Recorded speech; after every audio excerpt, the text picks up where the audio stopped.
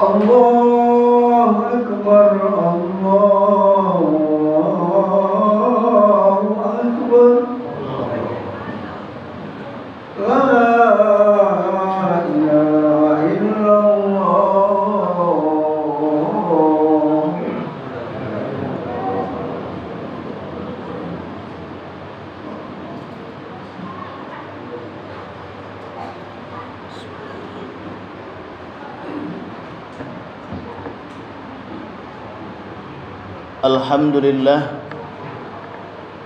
الحمد لله الذي أنعم علينا بنعمة الإيمان والإسلام وبنعمة الصحة والفرج.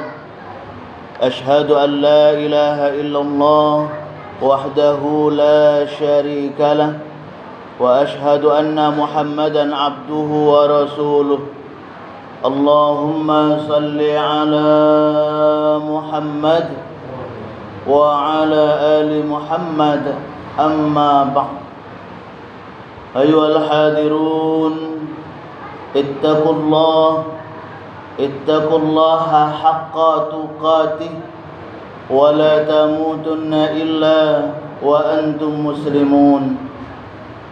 فقال الله تعالى في كتابه الكريم: أعوذ بالله من الشيطان الرجيم. بسم الله الرحمن الرحيم.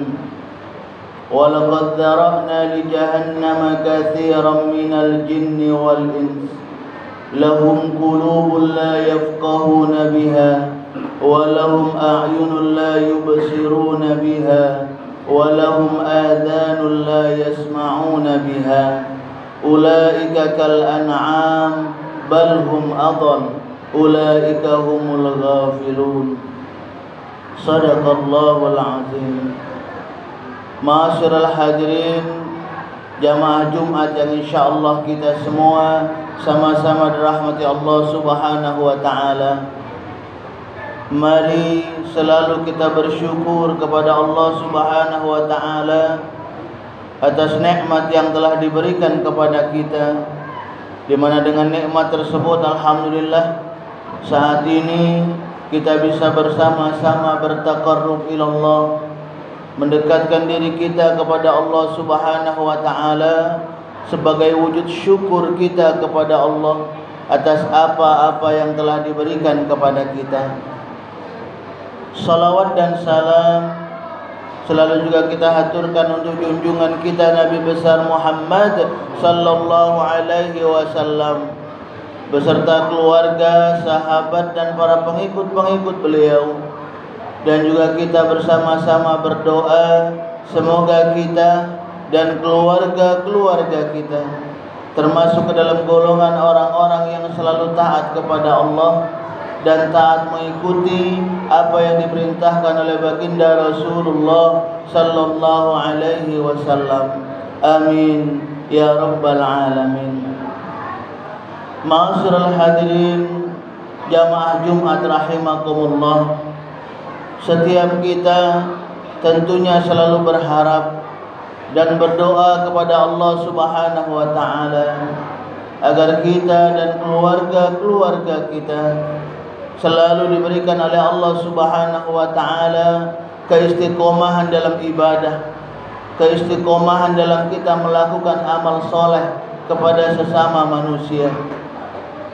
Selalu doa ini kita munajatkan kepada Allah Subhanahu wa taala, karena kita tahu dan kita yakin ketika kita insyaallah bisa istiqomah dalam menjalankan perintah Allah dan juga istiqomah dalam menjalankan semua apa yang diperintahkan oleh baginda Rasulullah sallallahu alaihi wasallam, maka insyaallah kita semua akan digolongkan ke dalam golongan orang-orang yang pandai mensyukuri nikmat Allah, akan digolongkan ke dalam golongan orang-orang yang insyaallah mendapat ridho dari Allah Subhanahu wa taala.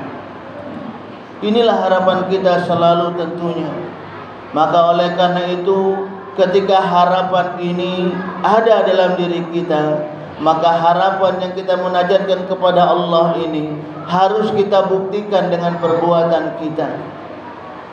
di mana kita diperintahkan oleh Allah Subhanahu wa taala untuk sekali lagi menjalankan semua apa yang Allah perintahkan kepada kita, terutama salat.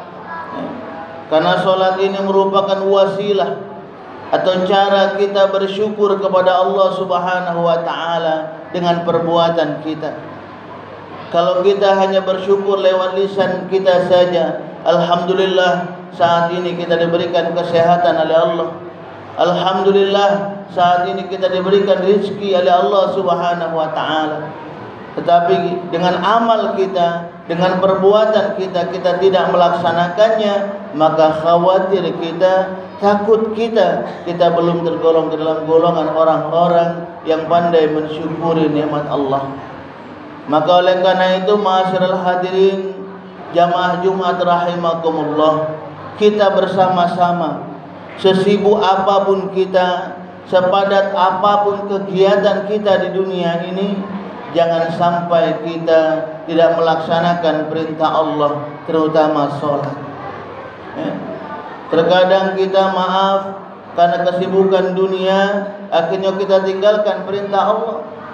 Padahal semuanya dari Allah Subhanahu wa taala. Kita mendapatkan rezeki itu dari Allah Subhanahu wa taala yang Maha Razzaq. Kita mendapatkan kesehatan saat ini itu merupakan dari Allah Subhanahu wa taala yang Maha segala-galanya. Allah yang memberikan segala-galanya kepada kita.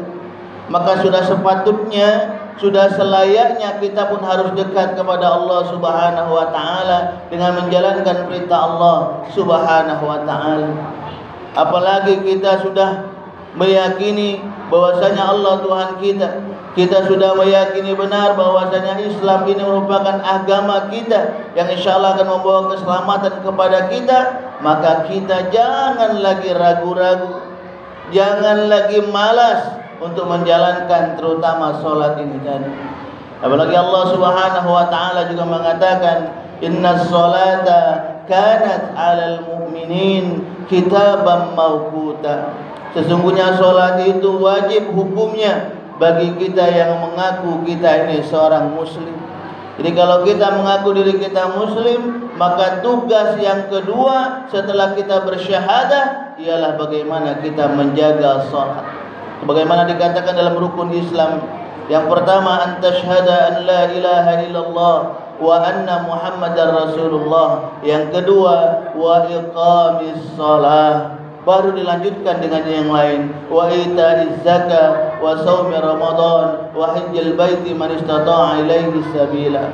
Salat diletakkan di nomor 2 setelah keyakinan kita kepada Allah, kesaksian kita kepada Allah bahwasanya Allah Tuhan kita, Nabi Muhammad SAW adalah Nabi kita, suri tauladan buat kita yang diutus oleh Allah. Maka yang kedua sekali lagi, bagaimana kita pun diperintah untuk menjaga sholat kita. Jadi kalau yang selama ini maaf kita masih mudah-mudahnya meninggalkan perintah sholat ini, tidak sholat, yuk kita bersama-sama perbaiki itu semua. Sekali lagi kita bersama-sama perbaiki itu semua, ya. Karena tidak ada orang yang celaka kalau karena dia melaksanakan sholat, ya, tidak ada. Tapi sebaliknya ketika orang itu istiqomah dengan sholatnya, maka insya Allah dia akan terjaga, dijaga oleh Allah Subhanahu wa taala, dijaga dirinya dari melakukan sesuatu yang dilarang oleh Allah Subhanahu wa taala. Karena inna sholata tanha 'anil fahsya'i wal munkar. Sesungguh sholat itu bisa mencegah dari perbuatan keji dan mungkar. Maka oleh karena itu tidak rugi, ya, kalau kita selalu istiqomah dengan sholat kita. Maka oleh karena itu kami mengajak semua, ya, saudara-saudara kita atau bahkan keluarga kita sendiri sekali lagi, yang sholatnya belum terjaga, yuk mari kita sama-sama. Dan yang sholatnya sudah terjaga, alhamdulillah, jangan pula kita terlena, jangan kita lengah. Kenapa? Karena syaitan tidak akan pernah ikhlas, tidak akan pernah ridho ketika kita hamba makhluk Allah yang dhaif ini terlalu taat kepada Allah Subhanahu wa taala. Dia akan selalu mencari celah Agar bagaimana kita yang insya Allah istiqomah dalam solatnya rusak, tidak ada nilai di hadapan Allah Subhanahu wa taala. Syaitan selalu mencari celah. Bisa jadi mungkin niat kita diganggunya. Yang tadinya kita ikhlas insya Allah dalam ibadah mencari ridha Allah, dibisikkan oleh syaitan sehingga kita mungkin keluar sesuatu kata-kata yang membuat diri kita menjadi sombong. Ini hati-hati, hati-hati benar. Maka oleh karena itu tetap harus selalu kita mengintrospeksi diri kita. Jangan sampai maaf kita mudah-mudahnya mengecap seseorang nanti buruk, mengecap seseorang nanti oh kau agak celaka, jangan. Tidak ada. Kenapa? Karena baik buruknya seseorang itu dilihat nanti ketika akhir kehidupannya. Sama juga dengan kita. Baik buruknya kita belum ada nilainya saat ini Pak di hadapan Allah. Tapi nilainya nanti ketika kita menghadap Allah Subhanahu wa taala di akhir kehidupan kita. Bagaimana kita menutup mata kita menghadap Allah Subhanahu wa taala. Karena ada Pak, maaf, uang yang rajin ibadah, rajin juga beramal berbuat baik, tapi dalam akhir hidupnya beliau mengakhiri kehidupannya dengan gantung diri. Banyak yang seperti ini Pak. Ibadahnya bagus, sholatnya bagus, kita tidak tahu. Maka oleh karena itu kita sekali lagi jangan sampai terbawa oleh bujuk rayu syaitan sehingga kita sombong dengan diri kita. Yang pasti tugas kita bagaimana kita selalu mengajak diri kita, mengajak keluarga kita, mengajak saudara kita, mengajak tetangga kita, mengajak orang tua kita, mengajak remaja-remaja kita, baik itu remaja putra putri, adik-adik semuanya, untuk selalu mendekatkan diri kita kepada Allah Subhanahu wa taala. Sekali lagi untuk selalu mendekatkan diri kita kepada Allah Subhanahu wa taala. Jangan sampai kita merasa aku masih muda, masih jauh, masih panjang umur aku, laju bebas baik tidak melaksanakan perintah Allah. Hati-hati. Karena yang namanya kematian itu tidak mengenal tua, tidak mengenal muda, tidak mengenal anak-anak. Ketika saatnya datang, malaikat Israel datang diutus oleh Allah Subhanahu wa taala. Tidak tua, tidak muda, tidak yang sakit ataupun yang sehat, siapapun saat itu dijemput oleh Allah Subhanahu wa taala, dijemput oleh malaikat Allah Subhanahu wa taala. Kalau sudah saatnya tiba, makanya kita harus mempersiapkan diri kita, terutama yang muda-muda ini, yang remaja-remaja, jangan sampai nanti asyik saja di rumah mainnya HP, lupa ibadah kepada Allah Subhanahu wa taala.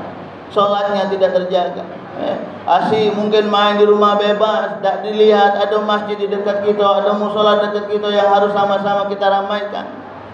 Karena ini amanah dari Allah Subhanahu wa taala.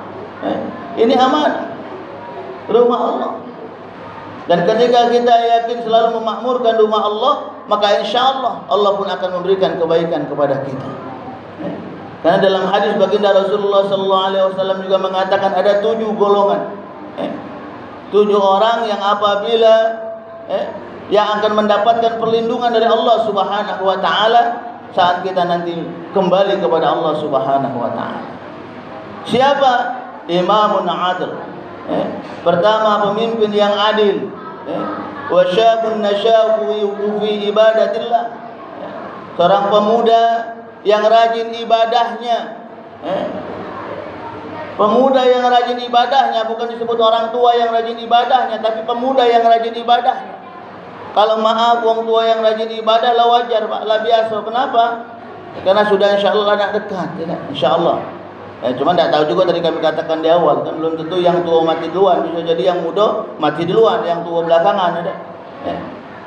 Wa syabun nasya'u fi ibadatillah.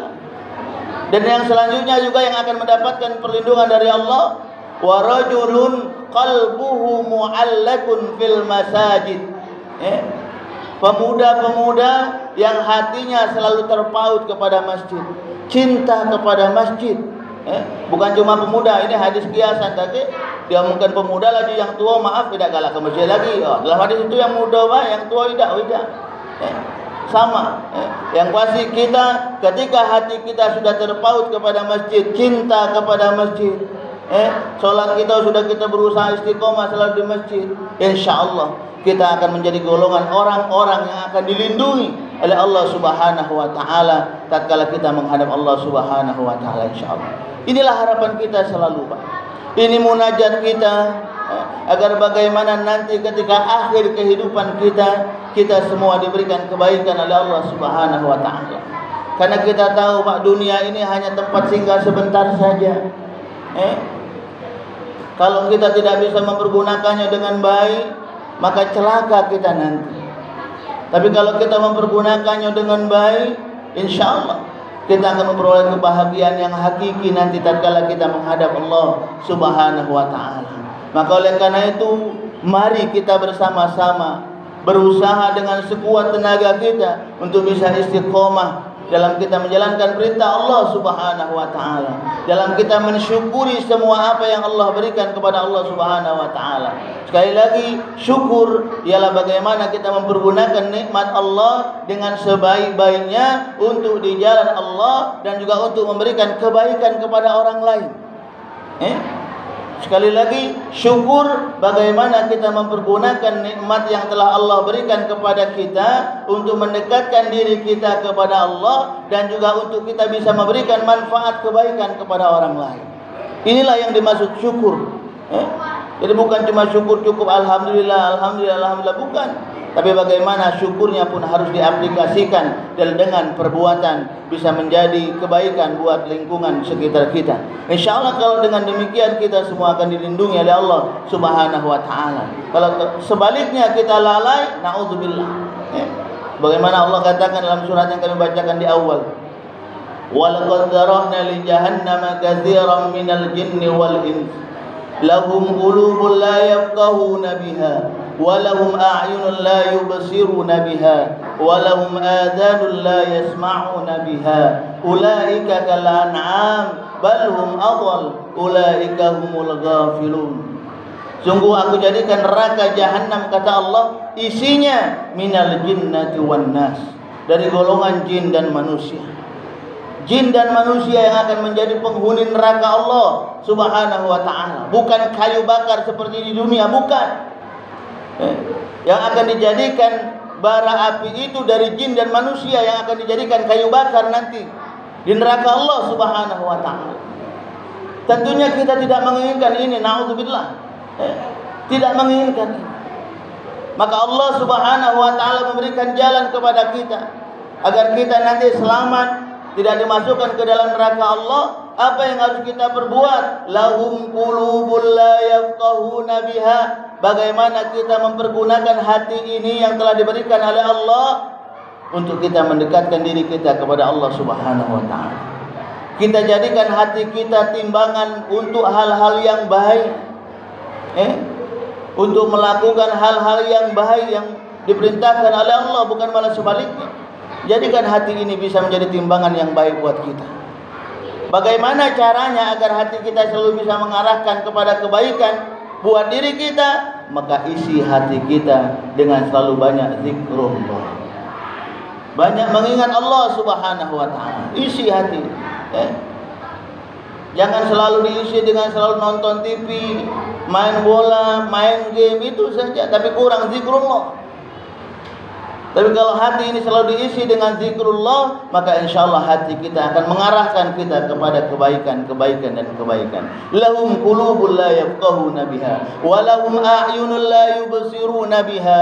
Kita juga dikasih dua mata, alhamdulillah, bisa melihat yang baik, yang buruk, bisa melihat bagaimana keagungan Allah Subhanahu wa ta'ala, bisa melihat bagaimana ciptaan Allah Subhanahu wa ta'ala. Dan itu menjadikan kita lebih dekat lagi kepada Allah Subhanahu wa ta'ala.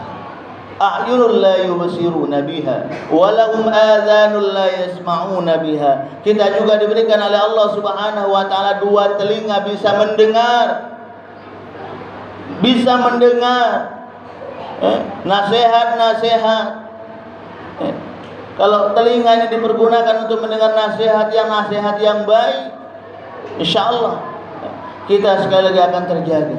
Insya Allah kita tidak akan dijadikan oleh Allah Subhanahu wa taala menjadi orang-orang yang akan menjadi penghuni neraka Allah Subhanahu wa taala. Naudzubillah. Maka oleh karena itu, yuk mari kita bersama-sama dari apa yang telah Allah berikan kepada kita, mari kita berusaha dengan sekuat tenaga kita untuk kita pergunakan untuk mendekatkan diri kita kepada Allah Subhanahu wa taala, dan juga untuk kita bisa selalu memberikan kebaikan kepada sesama manusia. InsyaAllah dengan demikian kita ikhlas melaksanakannya, kita ikhlas melakukannya mencari ridha Allah Subhanahu wa taala, maka insyaallah kita semua nanti akan dipertemukan oleh Allah di surganya Allah Subhanahu wa taala, insyaallah. Amin ya rabbal alamin. Barakallahu li wa lakum fil Qur'anil azim wa nafa'ani wa iyyakum bima fihi minal ayati wa dzikril hakim wa taqabbala minni wa minkum tilawatahu innahu huwal ghafurur rahim.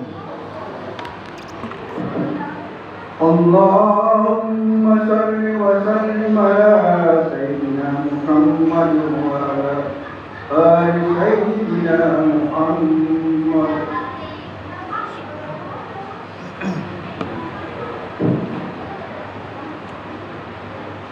Alhamdulillah alladzi hadana li hadza wa ma kunna linahtadiya laula an hadana Allah.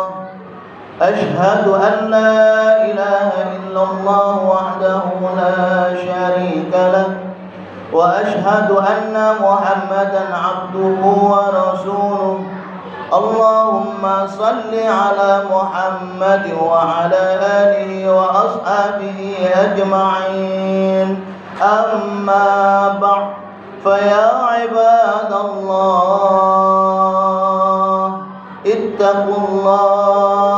ittaqullaha haqqa tuqatih wa la tamutunna illa wa antum muslimun. Faqala ta'ala: أعوذ بالله من الشيطان الرجيم.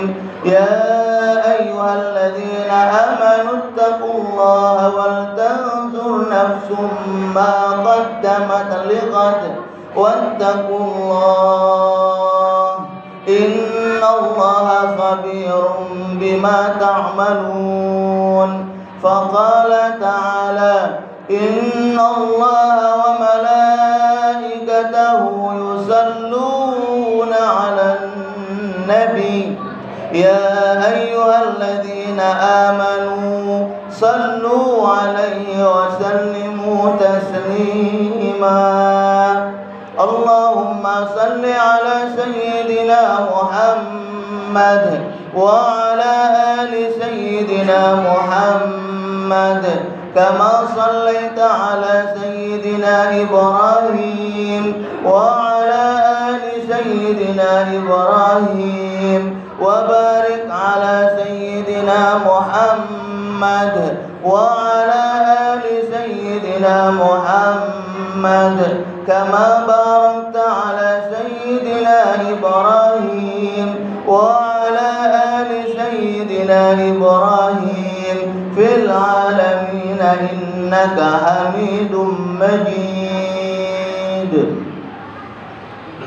اللهم اغفر للمسلمين والمسلمات والمؤمنين والمؤمنات الأحياء منهم والأموات إنك على قريب مجيب الدعوات ويا قاضي الحاجات. اللهم إنا نسألك العفو والعافية والصحة والسلامة والمعافاة الدائمة في الدين والدنيا والآخرة. اللهم ثبت قلوبنا على دينك وطاعتك يا الله. ربنا آتنا في الدنيا حسنة وفي الآخرة حسنة وقنا عذاب النار. عباد الله، إن الله يأمر بالعدل والإحسان وإيتاء ذي القربى وينهى عن الفحشاء والمنكر والبغي يعظكم لعلكم تذكرون فاذكروا الله العظيم يذكركم واسألوا من فضل يؤتكم ولذكر الله أكبر والله يعلم ما تصنعون. أقم الصلاة.